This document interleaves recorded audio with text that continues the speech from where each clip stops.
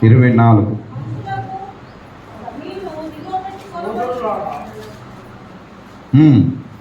సహోదరులారా, ప్రతి మనుష్యుడును ఏ స్థితిలో పిలువబడినో ఆ స్థితిలోనే దేవునితో సహవాసము కలిగి ఉండవలెను.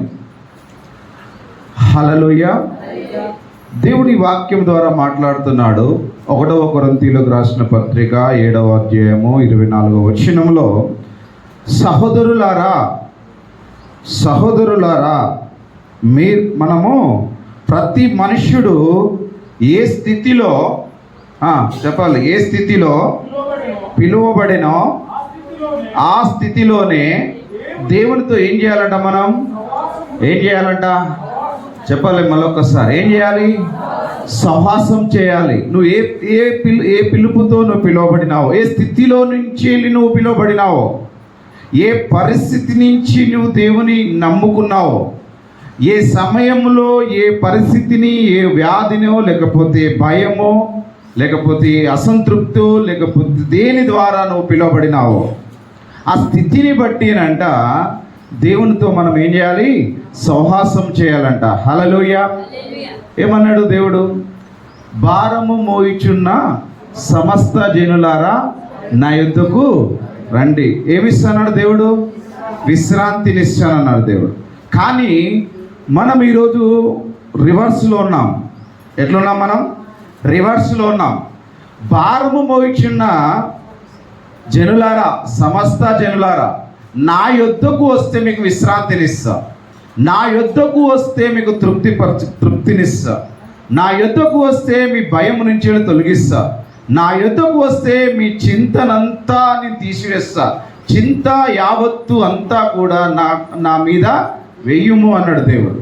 కానీ ఈరోజు మనం అంతా రివర్స్లో ఉన్నాం. హల్లెలూయా. మనమంతా రివర్స్లో ఉన్నాం. ఏ స్థితి నుంచి నువ్వు పిలువబడ్డావో, ఏ పరిస్థితి నుంచి నువ్వు పిలువబడ్డావో, ఏ పరిస్థితి నుంచి నువ్వు ఏర్పరచబడ్డావో, ఏ స్వరము ద్వారా విని నువ్వు దేవుని దగ్గరికి వచ్చినావో, ఆ పరిస్థితిని బట్టి నువ్వు మనుషులతో సహవాసం కాదు, కానీ ఎవరితో సహవాసం చేయాలంట? దేవునితో మనము సహవాసం చేయాలి. హల్లెలూయా. మనము దేవునితో సహవాసం. చీకటికి వెలుగు చెప్పాలి, పొద్దు లేదు. హల్లెలూయా. చీకటికి వెలుగు పొద్దు లేనట్టుగానే జెబియాలతో దేవునితో మనకు పొద్దు లేదు. అంటే దయ్యంతో మనకు దేవునితో పొద్దు లేదు. దయ్యం వేరు, దురాత్మ వేరు, అపవాది వేరు, దేవుడు వేరు. అయితే మనము పరిస్థితిని బట్టి దేవునిలోకి వచ్చినాం. ఆయన పిలుపును బట్టి, ఆయన ప్రేమను బట్టి, ఆయన రక్తములో కడగబడిన మనము ఏ స్థితి నీవులో ఉన్నావో ఆ పరిస్థితిని బట్టి ప్రతి దినము నువ్వు ఎవరితో సహవాసం చేయాలి? దేవునితో సహవాసము చేయాలి. కానీ మనం అసంతృప్తితో దినము దినము దినము దినము కూడా ఇంకా లోపలికే ఇలాగ ఆరాధన చేస్తున్నప్పుడు అంటున్నాడు కదా స్వామి, అయ్యా మేము తృప్తితో లేము, మేము ఆరాధించలేకపోతున్నాం, వ్యాధితో ఆరాధించలేకపోతున్నాం, భయంతో ఆరాధించలేకపోతున్నాం, అప్పుతో ఆరాధించలేకపోతున్నాం, వేదనతో ఆరాధించలేకపోతున్నాం, భారంతో ఆరాధించలేకపోతున్నాం. ఇవన్నీ తొలగించు ప్రభువా. మరి ఇవన్నీ తొలగించడానికి కదా ప్రభు సిలువలో నీ కొరకు నా కొరకు ప్రాణం పెట్టినాడు కదా. అవునా కాదా? అవునా కాదా? అవునా? ఆయన ఇవన్నీ తొలగించడానికే కదా ఆయన ఏం చేసిండు?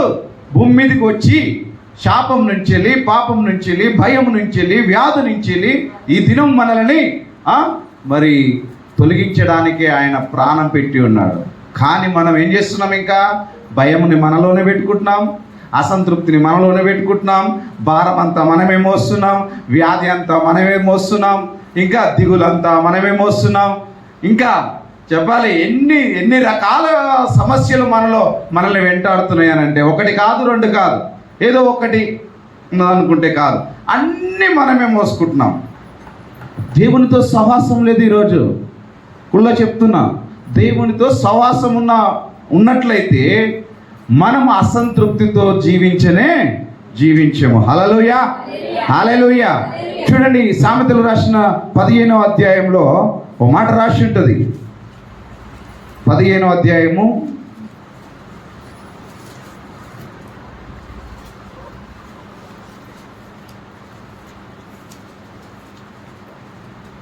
16వ వచనం. నెమ్మది లేకుండా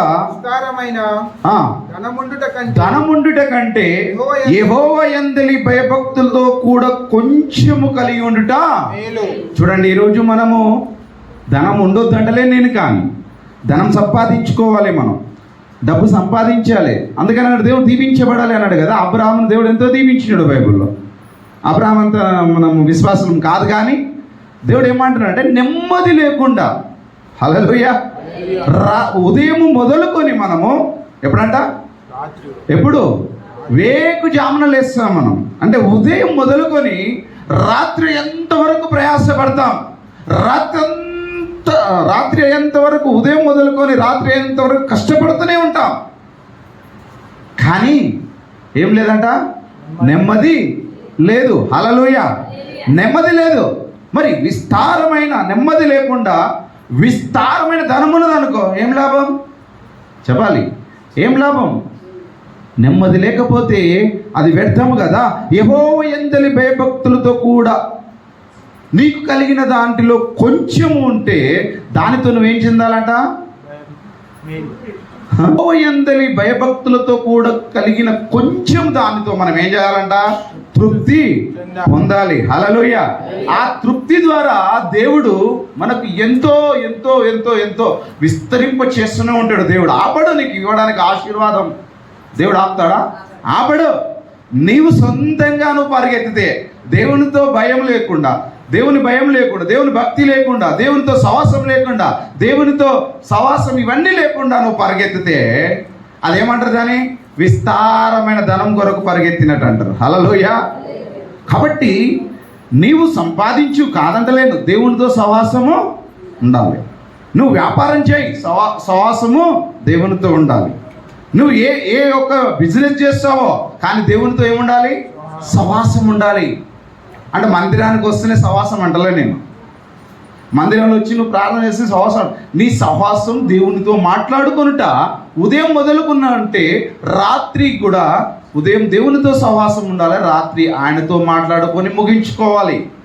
ఆ దేవునితో సహవాసం ఉన్నప్పుడు నువ్వు అసంతృప్తిగా బ్రతకవు, భయంతో బ్రతకవు, నెమ్మది లేకుండా బ్రతకవు, నీకు దురాలోచనలు నీ మనసులోకి రాకుండా ఉంటాయి అన్నమాట. కాబట్టి నెమ్మది మెయిన్ ఏమంటున్నాడు దేవుడు? నెమ్మది లేకుండా నువ్వు ఎంత పరిగెత్తినా నెమ్మది లేకుంటే అది ఎంత వ్యర్థం అది. హల్లెలూయా, హల్లెలూయా. నువ్వు నీ పిల్లల్ని, నీ కుటుంబాన్ని సాధడానికే కదా నీ ప్రయాసం అంతా. నా బిడ్డల కొరకు ఎంతో కొంత ఆస్తి సంపాదించాలనే కదా నీ ప్రయాస. నా బిడ్డల పెళ్లి చేయాలనే కదా మన ప్రయాస. మీద అంటే నాది కూడా కలుపుతా. మన ప్రయాస, మన బాధ, మన వేద, మన యొక్క కష్టం, ఇదంతా కూడా మనం ఉదయం మొదలుకొని పరిగెత్తుతాం. కానీ దానిలో నీకు దేవునితో సహవాసం ఉంటే ఒకరోజు నీకు కలిగిన దాన్ని బట్టి, ఒకరోజు లేని దాన్ని బట్టి, ఒకరోజు వ్యాధితో ఉంటావు, ఒకరోజు సంతోషంగా ఉంటావు, ఒకరోజు సుఖంగా ఉంటావు, దుఃఖంతో ఉంటావు. ఇవన్నీ కూడా ఏమవుతుందంట? సంతోషం ఉన్నప్పుడు నెమ్మదిగా ఉండగలుగుతావు, కష్టం ఉన్నప్పుడు నెమ్మదిగా ఉండగలుగుతావు, నీకు వేదన ఉన్నప్పుడు నెమ్మదిగా ఉండగలుగుతావు. నీకు ఒకవేళ వ్యాధి వచ్చినా, ఒక వేదన వచ్చినా దాన్ని బట్టి నువ్వు దేవునితో సవాసం ఉన్నావు కనుక దేవుడు నిన్ను చూడడా? హల్లెలూయా. దేవుడు నిన్ను ఆదుకొనడా? దేవుడు నిన్ను చెయ్యి విడిచిపెడతాడా? దేవుడు మన చెయ్యి విడిచిపెట్టే దేవుడు కాదు. ఆయన కాదు. యెహోవా యందు భయభక్తులతో కూడిన కొంచెము దానితో మనం ఏం చేయాలంట? సంతృప్తిగా మనము ఉండాలి అని అంటారు. ఎట్లుండాలి? సంతృప్తిగా మనము కలిగి ఉండాలి. 128వ కీర్తనలో రాసి ఉన్నది కదా, యెహోవా యందు భయభక్తుల గల వారిని నేను ఇలాగూ ఆశీర్వదిస్తానంట. తన చేతుల కష్టార్జితమును ఆయన నిశ్చయంగా నీ చేతుల కష్టార్జితం నువ్వు అప్పుడు అనుభవిస్తావు. నీవు అప్పుడు నువ్వు ధన్యుడు అంట. నీకేం కలుగుతుంది? కీడ మేలు కలుగుతుంది. ఈ వాక్యములు దేవుడు రాసి ఉంచినాడు. ఇప్పుడు నేను ఇక్కడ ఈ మాట చెప్పగానే బాధ అయిందా? నెమ్మది లేకుండా విస్తారమైన ధనం ఉండటం కంటే యెహోవా యందు భయభక్తి. ఎప్పుడైతే నువ్వు దేవునితో భయభక్తులతో ఉంటావో, ఆయన నీ చేతుల కష్టార్జితమును దేవుడు ఏం చేస్తాడంట? ఆశీర్వదిస్తాడంట. నీకు మేలు కలుగుతుందంట, కీడు కాదు నీకు కలిగి. అప్పుడు నీవు ధన్యుడవు. దేవునితో నువ్వు సహవాసం కలిగి ఉండాలి. నువ్వు దేవునితో సహవాసం లేకుండా ఉంటే అపవాది మనసు నీ మీదకి ఏమైనా వచ్చినా, ఆయనతో సహవాసం ఉన్నదనుకో, ఏమైపోతుంది? యేసు ప్రభుని ఇస్కరియోతు యూదా దేవుని 30 నాణములకు, వెండి నాణములకు అమ్మినట్టుగా అమ్మి వేసినట్టే కదా మనం కూడా అమ్మి వేసినట్టే. అసంతృప్తి, తృప్తి లేని జీవితము, ఐక్య విచారణ. అయ్యో, ఏం తిందుమో, ఏం త్రాగుదుమో, ఏం ధరించుకుందుమో అనంటే మరి ఆకాశ పక్షులు మరి అవి కూడా ఆలోచన చేస్తున్నాయంట. ఏం తిందుమో, ఏం త్రాగుదుమో, ఏమి ధరించుకుందుమో ఆలోచన చేస్తాయా? చేయవు. అవి విత్తవు, కోయవు, కోట్లలో కూర్చుకొనవు. వాటికి విచారణ లేదు, ఐక్య విచారణ లేదు, అసంతృప్తి లేదు. ఉదయం లేచినాయంటే వాటికి కావలసిన ఆహారము ఎక్కడో దేవుడు ఏం చేస్తాడు? అక్కడ ఆయన స్థిరపరిచి ఉంచుతాడు, సిద్ధపరిచి ఉంచుతాడు. మరి దేవుడు అంటున్నాడు, ఆకాశ పక్షుల కంటే మీరు శ్రేష్ఠులు కాదా? మీరు శ్రేష్ఠులు, మనం శ్రేష్ఠులము. ఆకాశ పక్షుల కంటే మనము శ్రేష్ఠులం దేవుని దృష్టిలో. ఈ సృష్టి అంతటిని కూడా ఒకసారి ఆలోచన చేయి. ఈ సృష్టి మొత్తం కూడా ఆలోచన చేస్తే అన్నిటి కంటే దేవుని దృష్టిలో మనము శ్రేష్ఠులము. హల్లెలూయా. అన్నిటికంటే దేవుని దృష్టిలో మనం శ్రేష్ఠులం. ముఖేష్ అంబానీ కదా, ముఖేష్ అంబానీ ఎన్ని గదులు ఆయన ఉండే ఇల్లు? 600 గదులు. ప్రపంచ దేశంలో ఆయన ఒకడు కుబేరుడు, ధనవంతుడు. ఆయన వాని దృష్టి కంటే కూడా నువ్వు శ్రేష్ఠునివే. హల్లెలూయా. అతని కంటే ఎక్కువ కూడా ఈరోజు దేవుని దృష్టిలో నువ్వు శ్రేష్ఠుడవు, శ్రేష్ఠురాలవు, ధన్యురాలవు. ఎప్పుడు అంట? దేవునితో నువ్వు సహవాసం చేసినప్పుడు, దేవునితో నువ్వు నడుచుకున్నప్పుడు, దేవుని మార్గములో మనం నడుచుకున్నప్పుడు, ఆయన సత్యవాక్యములో నువ్వు జీవించినప్పుడు, ఆయనతో నువ్వు వెంబడించినప్పుడు, ఆయన మాటకు నువ్వు లోబడినప్పుడు అన్నిటికంటే నీవు శ్రేష్ఠుడు. మొదట నా నీతిను, నా రాజ్యమును వెతుకుము, అప్పుడు నీకు ఏది కావాలో అది అడుగు, నీకు నేను అనుగ్రహించేదని అంటున్నాడు దేవుడు. హల్లెలూయా.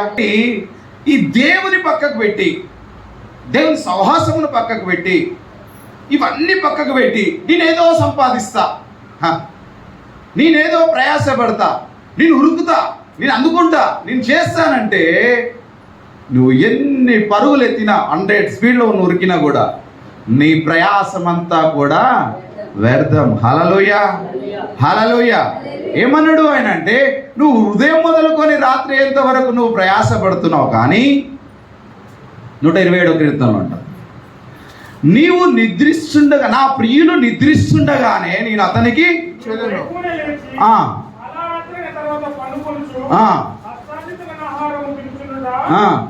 వ్యర్థమే. తన ప్రియులు నిద్రించుచుండగా ఆయన వారికి, అంటే నిద్రిస్తేనే నీకు ఇస్తే దేవుడు, ఆయనతో సహవాసం చేస్తే ఎంత ఇవ్వాలి? ఆయన మాట లోబడితే ఎంత ఇవ్వాలి? ఆయన వెంబడిస్తే ఎంత ఇవ్వాలి? ఆయన యొక్క మార్గంలో నడుచుకుంటే ఇంకెంత ఇవ్వాలి? హల్లెలూయా చెప్పుదామా? హల్లెలూయా. హల్లెలూయా.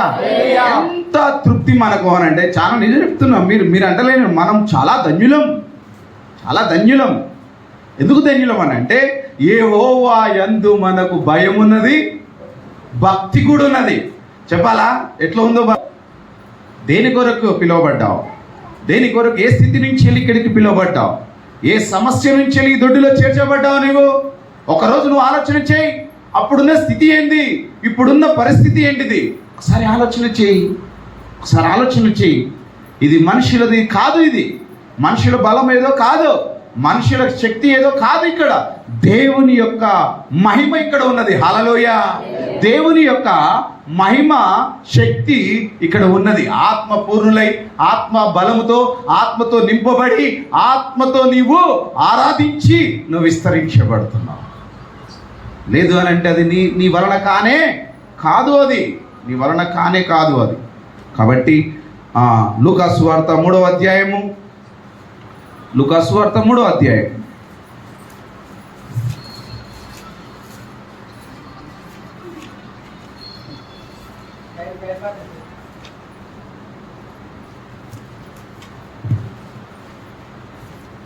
3:14 వచ్చి సైనికులను మేమేమి చేయవలనని అతని అడిగిరి. అందుకు అతని ఎవని బాధ పెట్టకయు ఎవని మీదను అపనింద వేయకయు నీ జీవితములో తృప్తి పొంది ఉండుడని వారితో చెప్పిన. హల్లెలూయా. యేసుప్రభు దగ్గరకు వచ్చి శిష్యులు అంటున్నారు, శిష్యులతో చెప్తున్నాడు యేసుప్రభు. శిష్యులు ఆయన యుద్ధకు వచ్చినప్పుడు యోహాను దగ్గరకు వచ్చి చెప్తున్నాడు, చదవమ్మ. సైనికులు అంటున్నారు మేమేమి చేయవలనని అతను అడిగినందుకు అతడు ఎవ్వని బాధ పెట్టవద్దు, ఎవరి మీద అప్పనింద వెయ్యకయు ఏం చేయాలంట, నీ జీతంతో నీవు తృప్తి పొంది ఉండాలి. వారితో చెప్పిండు. హల్లెలూయా. సైనికులకు మరి ఆయన చెప్పొచ్చు, వెళ్ళి దౌర్జన్యం చేయి, తలుపు కొట్టు, వాళ్ళ దగ్గర ఉన్నది ఇవ్వు, లేకపోతే వెళ్ళు, వారి మీద నువ్వు అధికారం చెలాయించు అని చెప్పిండా? చెప్పలేదు. అందుకు శిష్యులతో సైనికులతో చెప్తున్నాడు, ఎవరిని బాధ పెట్టద్దు, ఎవరి మీద నిందలు వేయవద్దు. హల్లెలూయా. ఎవరిని బాధ పెట్టక, ఎవరి మీద నింద వేయకు. నీవు నీ జీవితంలో అంటే నీకు కలిగిన దాంట్లో, నీకు వచ్చే దానిలో నీకు ఎంత రావాలో దేవునికి తెలుసు. హల్లెలూయా. నీకు ఎంత ఇవ్వాలో కూడా దేవునికి తెలుసు. ఆ వచ్చిన జీతములో నుంచి నువ్వు ఏం చేయాలంట, తృప్తి పొంది ఉండాలంట. హల్లెలూయా. హల్లెలూయా. చెప్పాలి గట్టిగా, హల్లెలూయా. ఎవ్వని బాధ పెట్టంట, ఎవరి మీద నింద వేయకు. నీ జీతంలో వచ్చిన జీతంతో నువ్వేం చేయాలంట, తృప్తి పొంది ఉండాలి. కొంతమంది ఎట్లుంటారనంటే తలుపు కొట్టడము, అడగడము. ఈరోజు మళ్ళీ చెప్తా, అదే మీకు జ్ఞాపకం చేస్తా, బాధ పెట్టే మనసు ఇక్కడ లేదు. హల్లెలూయా. ఎవరిని నిందించే మనసు ఇక్కడ లేదు, ఎవరి మీద అధికారం చెలాయించే అధికారం ఇక్కడ లేదు. కాబట్టి వచ్చిన దానితో నీవు తృప్తి పొందాలి. హల్లెలూయా. ఉన్నది ఎందుకు అనంటే, మరి అక్కడ ఆరాధించడానికి సంఘాలు ఉన్నాయి. అంతేకాదు ఇప్పుడు చెప్పినట్టుగా అబ్రహాం కేడిఎస్ సంతానమే, ఆయన ద్వారానే మనం రక్షణ పొందుకుందాం. ఆయన ప్రార్థన ద్వారానే మనం ఈరోజు ఈ దేవుని మార్గంలోకి ఉన్నాం, దీవించబడుతున్నాం, ఆశీర్వదించబడుతున్నాం అంటే దానికి 100% ఓకే. మరి అక్కడికి వెళ్ళి మేము ఆరాధన చేసుకోవచ్చు కదా. ఇదంతా ప్రయాస ఎందుకు, ఇదంతా ఎందుకు అని అంటే, ముందున్న బహుమానం కొరకు. హల్లెలూయా. ముందున్న కిరీటం కొరకు, నీ కొరకు దాచబడిన మహిమ కిరీటం కొరకై నీవు ఇక్కడికి వచ్చి ఆరాధించడానికి పిలువబడ్డావు. హల్లెలూయా. ఇక్కడికి వచ్చి నువ్వు దేవుని స్తుతించడానికి, ఇక్కడికి వచ్చి దేవునితో సహవాసం చేయడానికే నువ్వు పిలువబడ్డావు. నీవు భయము భక్తి నీకు ఉన్నది కనుకనే ఇక్కడ నీవు వచ్చి ఆరాధించగలుగుతున్నావు. నువ్వు ఆరాధించగలుగుతున్నావు, ఇలా దీవించబడుతున్నావు, ఇలా విస్తరించబడుతున్నావు, నువ్వు హెచ్చించబడుతున్నావు, స్థిరపరచబడుతున్నావు అని అంటే మన తెలివో, మన జ్ఞానమో, మన సొంత శక్తో, లేకపోతే ఇదంతా కానే కాదు. దేవునితో సహవాసం చేస్తున్నావు కనుకనే, అంత దూరం నుంచి వచ్చి ఇక్కడికి వచ్చి నువ్వు ఆరాధిస్తున్నావు కనుకనే నీ జీవితంలో వచ్చిన దానితో నీవు తృప్తి పొందు. ఎవరి మీద నింద వేయకు, ఎవని బాధ పెట్టవద్దు. నీకు వచ్చిన దానిలో నువ్వు తృప్తి పొందాలి. నువ్వు యెహోవా యందు భయభక్తులతో ఉంటే నువ్వు చేసిన పని దేవుడు నీ కష్టార్జితమును దేవుడు ఏం చేస్తాడంట, ఆశీర్వదిస్తాడు. నీకు ఎంత ఇవ్వాలో, ఎంత రావాలో దేవుడు నీకు అనుగ్రహిస్తాడు. ఎక్కడ పోయినా సరే నువ్వు సహవాసంతో సహవాసం కలిగి ఉండాలి. హల్లెలూయా. దేవునితో సహవాసం ఉండాలి. అదే రీతిలో మనుషులు ప్రతి సేవకులతో, పరిచారకులతో, సంఘంతో నీవు సహవాసం కలిగి ఉండాలి. అది అపోస్తులు దినము అంట, ఒక్కరోజు కాదు, ఒక వారం కాదు, ఆదివారం ఒక్కరోజే కాదు, దినము దేవునితో సహవాసము, మనుషులతో సహవాసము, దినము ఇంటింట రొట్టె విరిచిచు ప్రార్థనలో సహవాసంలో ఎడతెగక ఉన్నారంట వాళ్ళు. హల్లెలూయా. ఎడతెగక ఉన్నారంట. ఆ ఎడతెగక వాళ్ళు ఏ రీతిలో అయితే ఆది అపోస్తులు సహవాసము కలిగి ఇంటింట సహవాసం చేసుకుంటూ ప్రార్థనలో రొట్టె విడిచిటలో ఎడతెగక ఉన్నారు కనుకనే ఈరోజు మనము యేసు ప్రభుని ఆరాధించగలుగుతున్నాం. హల్లెలూయా. ఆ రోజు వాళ్ళు తప్పిపోయినట్లయితే ఈరోజు సంఘం ఎక్కడిది? ఈరోజు ఈ యొక్క సంఘం ఎక్కడిది? ఆ అపోస్తులు గనుక సహవాసంలో లేకపోతే, ఆ అపోస్తులు గనుక ప్రార్థనలో రొట్టె విడిచిట యందు ఎడతెగక వారు సహవాసం లేకపోతే, వారి యొక్క జీవితాలు త్యాగాలు చేయకపోతే ఈరోజు మనకి సంఘం ఎక్కడిది? ఈరోజు మనం ఈ దేవుని ఎక్కడ ఆరాధించగలుగుతున్నాం? ఎట్లా ఆరాధిస్తున్నావు?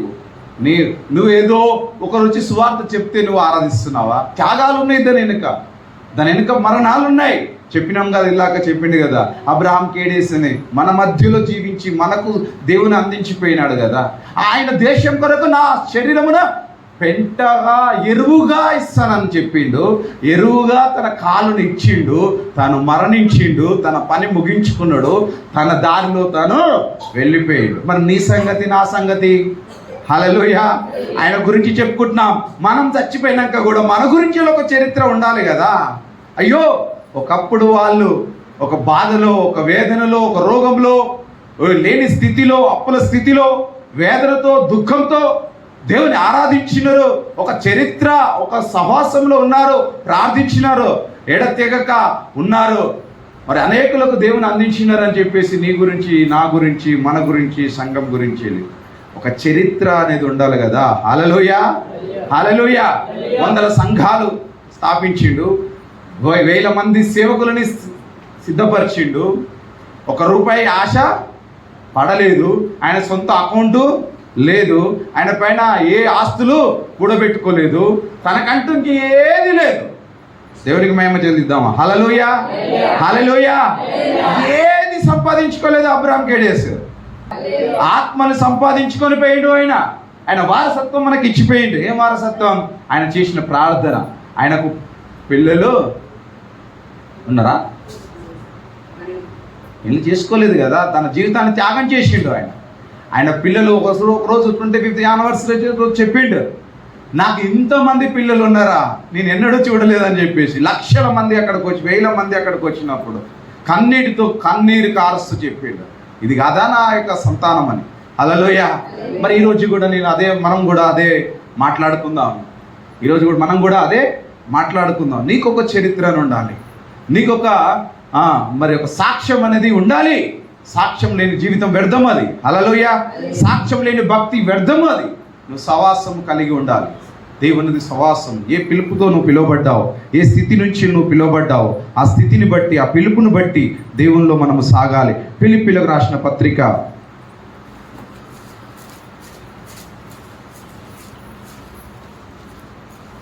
4వ అధ్యాయము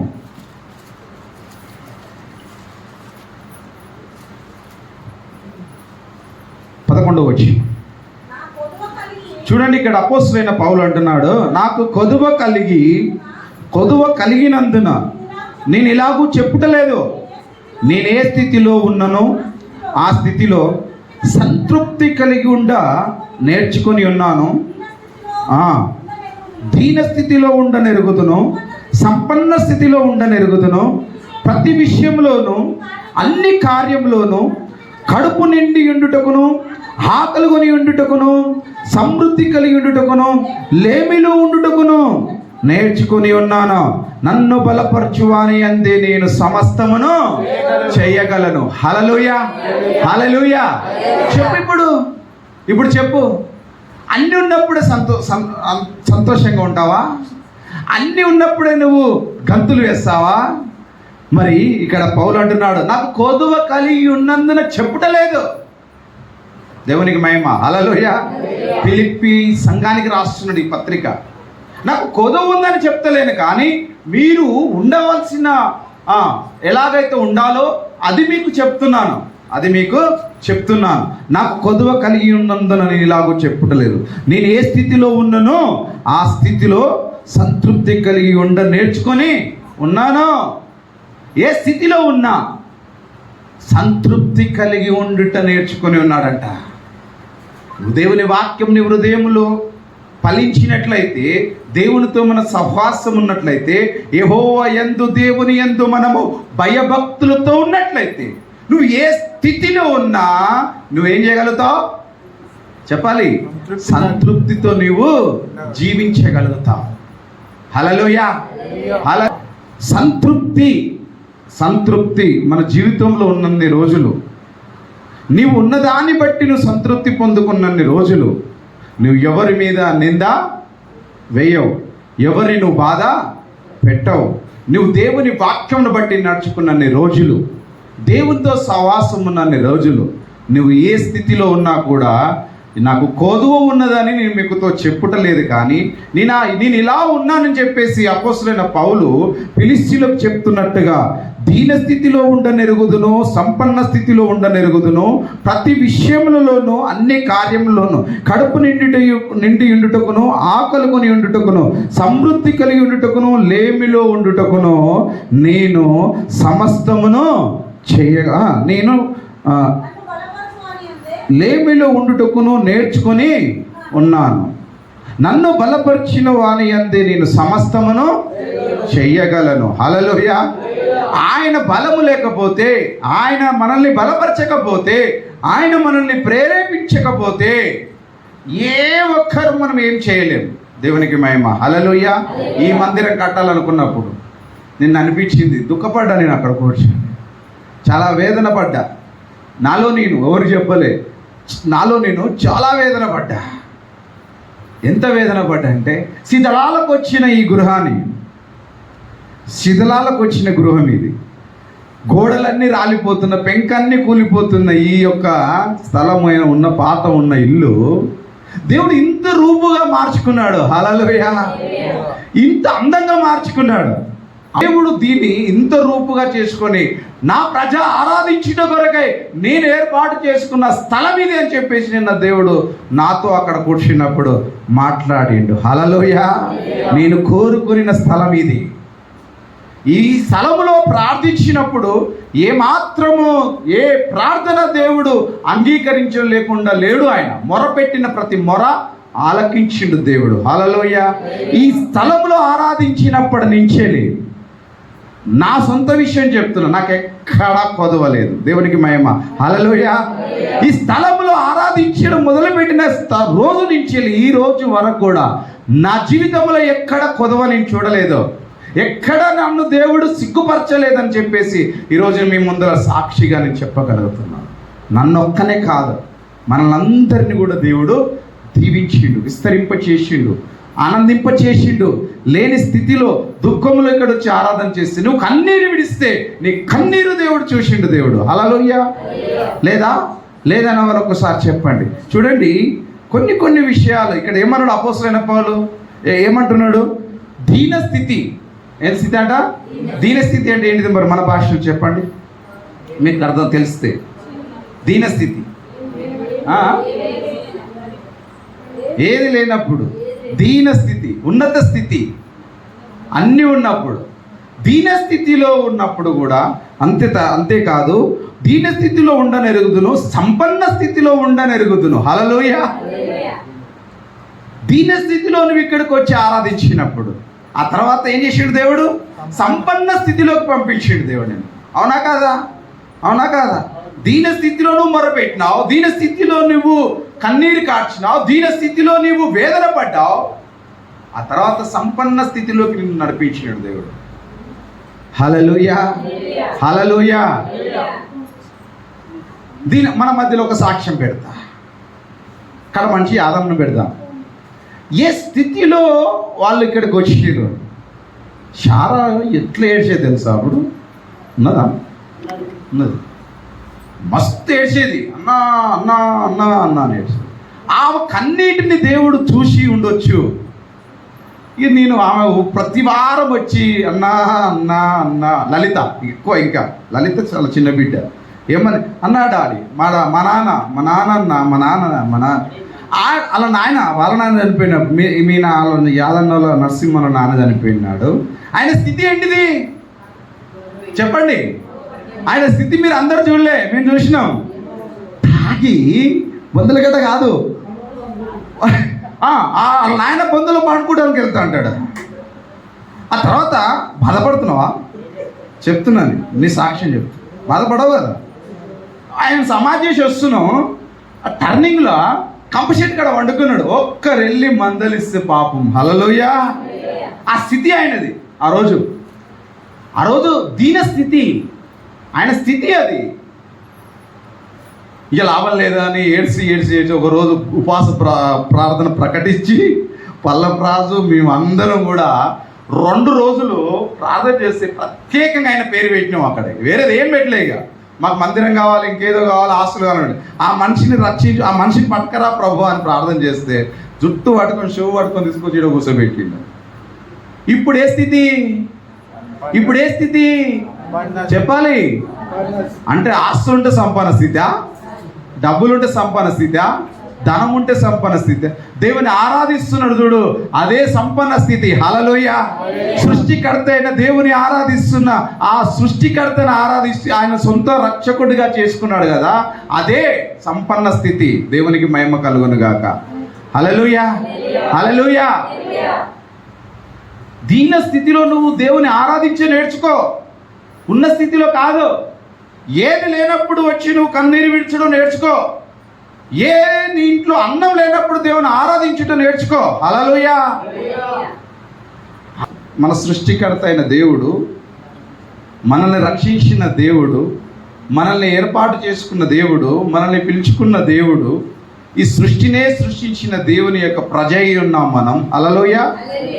ఇక్కడ పౌలు అంటున్నాడు, దీన స్థితిలోనైనా, లేని స్థితిలోనైనా, ఉన్నత సంపన్న స్థితిలోనైనా నేను నేర్చుకున్నాను. హల్లెలూయా.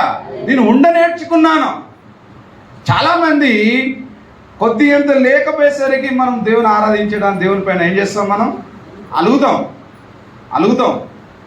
గుడికి వెళ్ళాం, అంటే మనం మందిరానికి వెళ్ళాం, వాక్యం చదవం, ప్రార్థన చేసుకోం. ఇక కొంతమందికి అప్పుడు నేను చెప్తా, అప్పుడు దేవుని నమ్ముకున్న కొత్తలో గొడవ అయితే నేను పోయి తాగుతాను ఉరికేది. హల్లెలూయా. గొడవ అయిందనుకో, తాగాలి, మీరు ఎందుకు ఇట్లా చేస్తున్నారు, నేను పోయి తాగుతా అని చెప్పేసి ఎట్ట సందు దొరుకుతుందా అని చూసేది అనమాట. హల్లెలూయా. ఎట్లా వీళ్ళతో ఎట్ట సందు దొరుకుతుందా వెళ్ళి తాగాలని. ఇప్పుడు చాలామంది కొన్ని ఎంచుకుంటారు.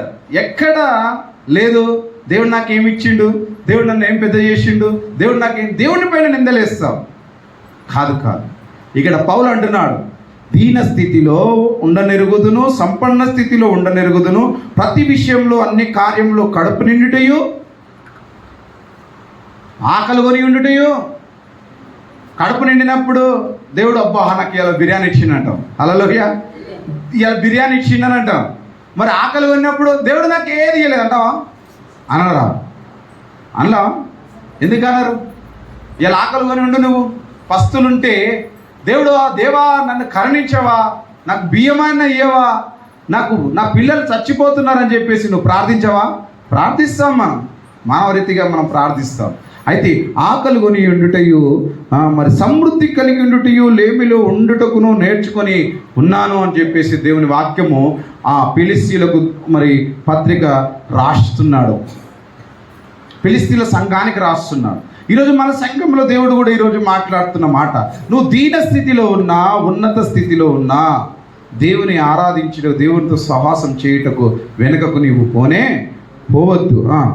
ఇంకా ఉండనెరుగుదు. తిమోతి 6వ అధ్యాయం 1 తిమోతి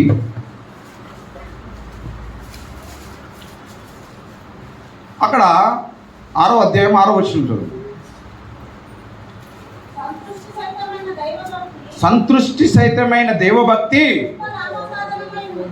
గొప్ప ఏంటిదంట? అది గొప్ప లాభ సాధనమైనదంట. సంతృష్టి, నీ తృప్తి, నీ సంతృష్టిని కలిగేదాన్ని అంతా బట్టి అనంట ఆ భక్తి ఏం చేస్తుందంట, నీకు అది గొప్ప లాభానికి దారితీస్తుంది. హల్లెలూయా. హల్లెలూయా. నీ దైవభక్తి, అసంతృష్టితో ఉన్న దైవభక్తి గొప్ప లాభ సాధనం చేస్తుంది. దేవునికి మహిమ. హల్లెలూయా. అబ్రహాం అన్నాడు కదా, సొదొమ గొమొర్రాలో మరి లోతు భార్యను తన కలిగిన సొత్తంతటిని, రాజుల సొత్తంతటిని పట్టుకొని పోయినప్పుడు అబ్రహాము వినినప్పుడు అబ్రహాం వెళ్ళి యుద్ధం చేసి వారి ఆస్తినంతా పట్టుకొని తీసుకొని వచ్చినప్పుడు ఆ యొక్క రాజు అంటాడు, అయ్యో ఈ ధనం అంతా తీసుకోవాలంటే అబ్రహాం ఏమంటాడు? నూలు పోగు కూడా తీసుకొని అన్నాడు. హల్లెలూయా. ఎందుకు? నూలు పోగు ఇచ్చింది అనుకో ఏమంటావు నువ్వు? నేనే నిన్ను పెద్ద చేసినంటే అంటావు కదా. నాకు ఏది వద్దు, నా దేవుని పైన ఉన్న విశ్వాసం, నా దేవుని పైన నమ్మకం, నా దేవుడే నన్ను దీవించాలి, నా దేవుడే నన్ను బలపరచాలి, నా దేవుడే నన్ను హెచ్చించాలి, నా దేవుడే నన్ను దీవించి అన్ని ఇచ్చి హెచ్చించి నడిపించాలి. అప్పుడు నీవు దేవభక్తిలో నీవు ఉన్నట్లయితే, దేవునితో నువ్వు పోరాడి గెలిచినట్లయితే, దేవునితో నీవు ప్రార్థన చేసి అడిగి పొందుకున్నట్లయితే ఆ భక్తిని బట్టి నీకు గొప్ప లాభ సాధనం అవుతుంది. హల్లెలూయా. నువ్వు చేయనదంతయు సఫలమవుతుంది. ఈ వారము ఎంతమంది ప్రార్థన చేసిరు? పోయిన వారం వాక్యమును బట్టి ఎంతమంది ప్రార్థన చేసి? ఏం వాక్యం పోయిన వారం? చేతులు లేపినండి ప్రార్థన చేసిన అన్నారు కదా. పోయిన వారే దేవుడు ఏం మాట్లాడండి? భయభక్తుల.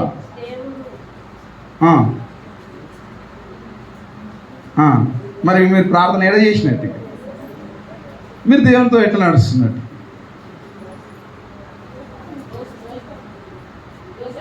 యోసేపు గురించి చెప్పిన కటాక్షము, దేవుని కటాక్షము, దేవుడు అతనికి తోడే. ఇట్లా చెప్తే తెలుసు. హల్లెలూయా. కాబట్టి దేవుడు తోడైనాడు. దేవుడు కటాక్షము, అతడు ఏడ ఉంటున్నాడో ఆ దేవుని కటాక్షం ఆయన పైకి వస్తున్నది. హల్లెలూయా. ఎక్కడ ఉన్నాడు ఆయన? గోతిలో ఉన్నప్పుడు యూదా మీదకి వచ్చింది కటాక్షము. ఇప్పుడు మళ్ళీ రెండో చెప్పురి. చెరసాల పోయిండా ఏమంటే? ఇష్మాయేల్ తీసుకొచ్చి ఐగుప్తు దేశంలో పోతిఫరుకి అమ్మినప్పుడు, పోతిఫరు ఇంట్లో ఉన్నప్పుడు దేవుని కటాక్షము పోతిఫరు మీదకి వచ్చింది. అక్కడ అతనికి దేవుడు తోడై ఉన్నాడు. ఆ నుంచి వెళ్ళి చెరసాలకు పోయిండు. అక్కడ చెరసాల అధిపతి పైన దేవుని కటాక్షం వచ్చింది. అక్కడి నుంచి వెళ్ళి ఫరో మీదకి కటాక్షం. అక్కడ ఐగుప్తు దేశం అంతటి మీద కూడా అతను ఏం చేసిండు? దేవుడు అధిపతినిగా చేసిండు. హల్లెలూయా. మరి నువ్వు చేస్తున్న పని దగ్గర ఉన్న వారి కొరకు, లేదా ఆ నీ యజమాని పైన నీ కలిగిన దానిపైన దేవుని కటాక్షం రావాలని ఎంతమంది ప్రార్థన చేసిరు?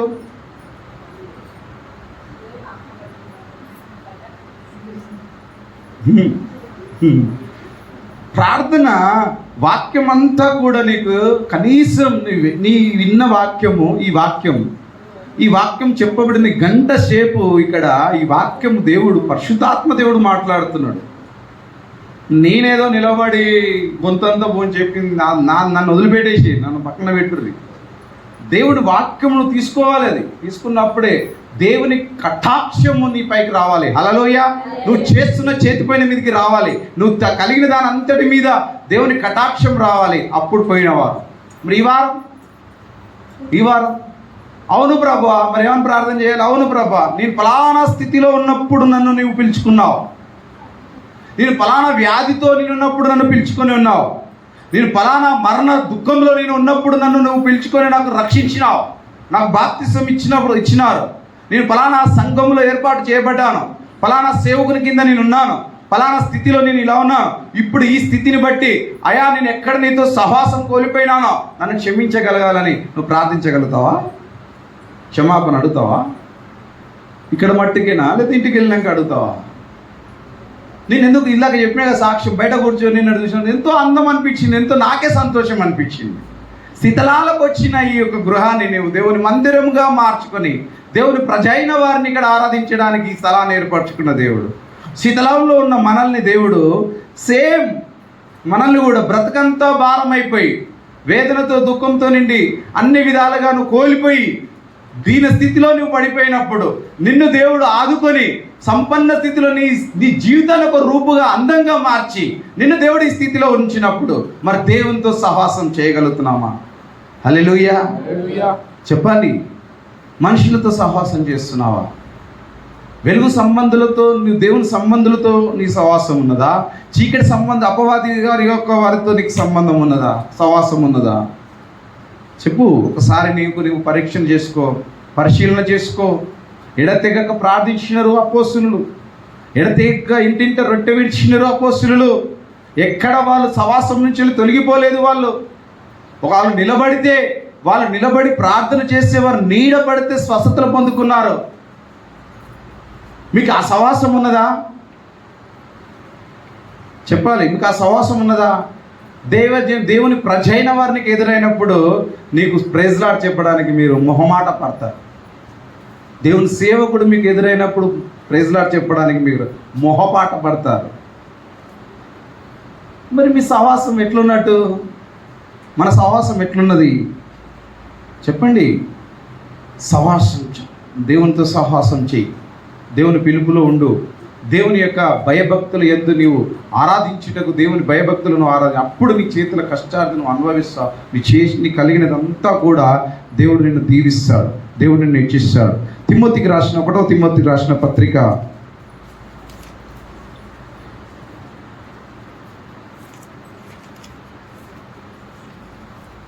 3వ అధ్యాయం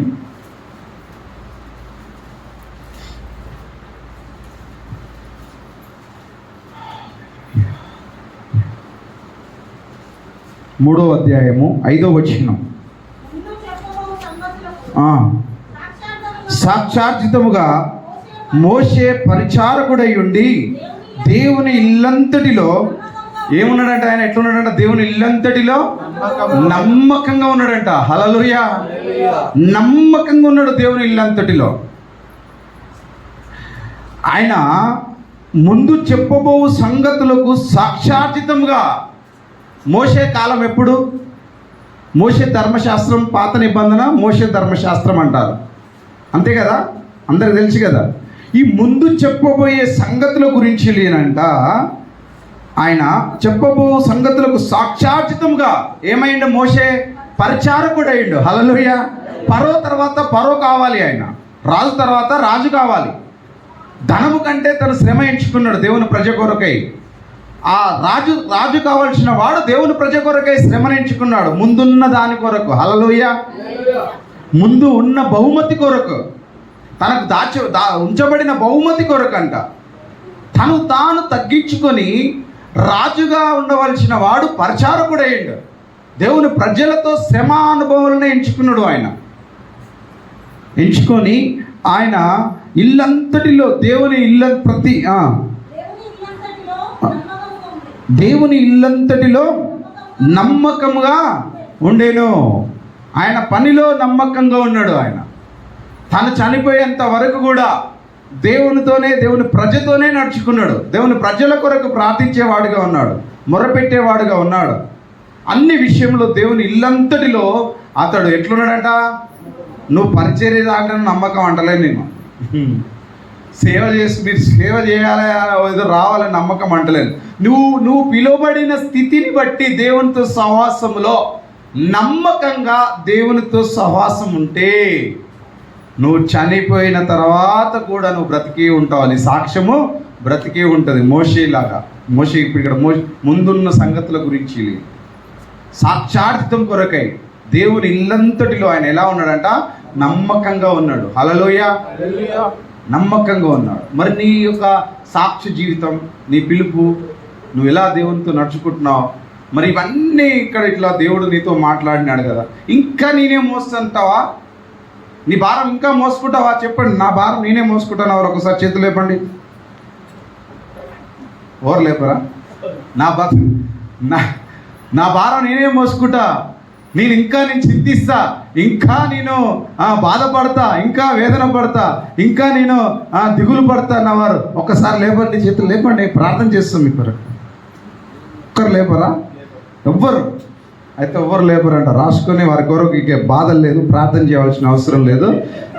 వారందరికీ అన్ని ఇచ్చినావు ప్రభా, ఇక మా కొరకు మేమే చింతిస్తాం, మీ కొరకు మేము చింతించాం, ప్రార్థించాం అని చెప్పేసి ఇక నుంచి వెళ్ళి మీ కొరకు మేము ప్రార్థన. అప్పులు ఎంతమందికి చేతులు లేపురి? నాకు కూడా ఉంది 2 కోట్ల అప్పు. ఎన్ని కోట్లు? అన్నీ ఉన్నాయి. నీకు 2 కోట్లు ఏమి అంటారా? నాకు బీరోలో 2 కోట్లు ఉన్నాయి, అంగీలు వేసుకునే కోట్లు. సమస్య లేదని మీరు అందరు ఇట్లా అంటే, మీకు గుండె నిండా బాధలు పెట్టుకొని అన్ని బైబిల్ ఉన్నది, అన్నీ లేనోడంట అన్నీ ఉన్నాయని చెప్పుకుంటాడు చూడు. దేవుని దృష్టిలో వాడు చాలా పాపాత్ముడు అవుతాడు. లేనట్టే చెప్పు, ఉన్నది అట్లా నువ్వు చెప్పు. నీకున్న బాధ ఉంటే నువ్వు పంచుకో అన్నాడు కదా యాకోబు పత్రికలో. నువ్వు అనారోగ్యమైనప్పుడు సంఘ పెద్దలతో కలువు, నీ స్థితి నీ పరిస్థితి వారికి చెప్పు, వారితో నీవు ప్రార్థన చేయించుకో, ఒకడు ప్రార్థన చేసుకోండి అని చెప్పేసి. ఒక రోగి ఉంటే ఒక విశ్వాసి సహితమైన ప్రార్థన ఒక రోగిని, నీ సమస్య ఏదైనా ఉంటే ఒక విశ్వాసికి చెప్పు, పంచుకో. నా కొరకు ప్రార్థన. చాలామంది నేను మేము దేవుని నమ్ముకున్నప్పుడు ఏమని చెప్పేదంటే ప్రెజలాడ్ చెప్పి ఏమన్నది, బాగున్నావు అంటే బాగున్నావు, అంత బాగున్నావు అన్నా, కానీ నా కొరకు ఒక సమస్య ఉందన్న, ఆ సమస్య కొరకు నువ్వు ప్రార్థించి చెప్పేవాళ్ళం.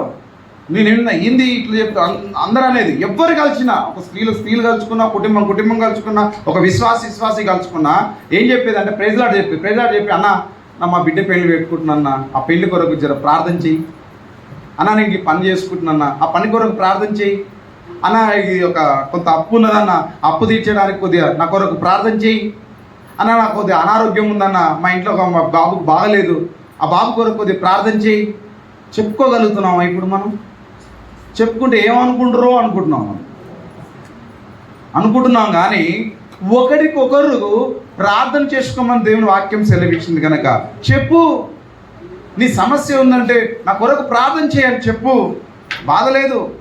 నా కొరకు నువ్వు అయ్యా మరి నీ వ్యక్తిగత ప్రార్థనలు పెట్టని చెప్పేసి చెప్పు. అప్పులున్నాయా మీకు అంటే ఒక్కరి చేతులు లేపుతలేరు. మీ బాధలన్నీ గుండె నిండా పెట్టుకొని, మీ సమస్యలన్నీ మీ గుండె నిండా మేమే మోస్తాం. నువ్వు ఇంత చెప్తేందన్నా, మాది మేమే మోస్తాం. చర్చ అయిపోవాలి, మా సంచి మా బాధ ఇక్కడ పెట్టాం మేము, మా బాధ మీరు తీసుకుంటే అన్నట్టు ఉన్నది మన పరిస్థితి. వదిలిపెట్టి నువ్వు దేవభక్తితో ఉండి నీ పనిలో నువ్వు సాగిపో. దేవుడు నీ అన్ని విషయంలో దేవుని కటాక్షం నీ పని మీదకి రావాలి. నువ్వు పని చేస్తున్న యజమాని మీదకి రావాలి. నీ పని నీ కష్టం దేవుడు ఆస్వాదించాలి. అట్లా నువ్వు దేవునితో సహవాసం కలిగి ఉండు. దేవుడు ఈ వాక్యం దేవుడు దీవించింది గాక.